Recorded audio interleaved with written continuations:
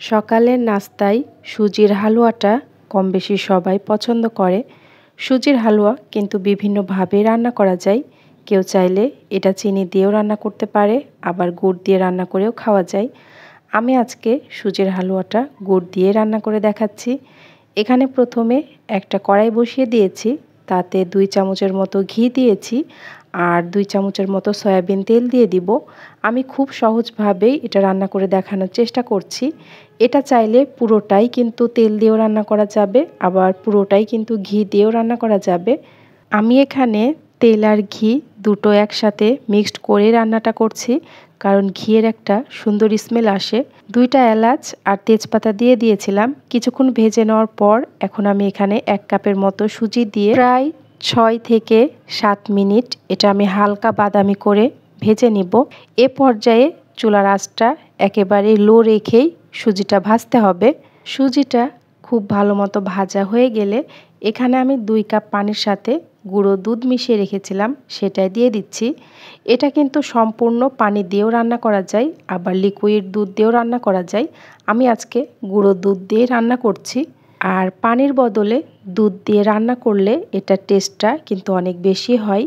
কিছুক্ষণ আমি অপেক্ষা করছি সিদ্ধ হয়ে আসার জন্য। এ পর্যায়ে এসে সুজিটা খুব ভালো মতো সিদ্ধ হয়ে গিয়েছে। এখন আমি গুড়টা মিক্সড করব। আমি যেহেতু খেজুরের গুড় দিয়ে রান্না করছি, চুলাটা কিন্তু অফ রেখেই খেজুরের গুড়টা দিতে হবে। চুলা অন রেখে কখনোই গুড় মেশাতে যাবেন না, না হলে কিন্তু দুধটা ফেটে যাবে। এখানে আমি 1.5 কাপের মতো গুড় দিয়েছি।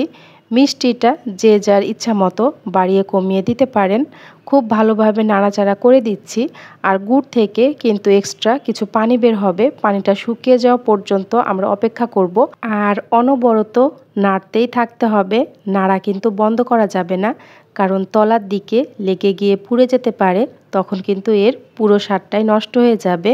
আমার কিন্তু অনেকটাই পানি শুকিয়ে এসেছে। আমি আর কিছুক্ষণ চুলার উপরে রাখবো, তারপরে নামিয়ে ফেলবো। এই পর্যায়ে এসে সুজিটা কিন্তু অনেকটাই ঘন হয়ে এসেছে। আর এর ঘনত্বটা হয়তোবা আপনারা দেখেই বুঝতে পারছেন। এটা কিন্তু ঠান্ডা হয়ে যাওয়ার পর আরও একটু ঘন হয়ে যাবে। আমি নামিয়ে ফেলেছি, তারপরে উপর দিয়ে কয়েকটা কালো কিশমিশ, কাজু বাদাম আর কাঠবাদাম কুচি কুচি করে কেটে নিয়েছিলাম, সেগুলোই উপর দিয়ে ছড়িয়ে দিয়েছি। এই হালুয়াটা কিন্তু সকালের নাস্তায় রুটি, পরোটা সব কিছুর সাথে দিয়েই খেতে খুব বেশি ভালো লাগে। চাইলে আপনারাও বানিয়ে খেয়ে দেখতে পারেন। খেজুরের গুড় দিয়ে সুজির হালুয়া খুব অল্প সময়ের মধ্যেই ঝটপট বানিয়ে নিতে পারবেন।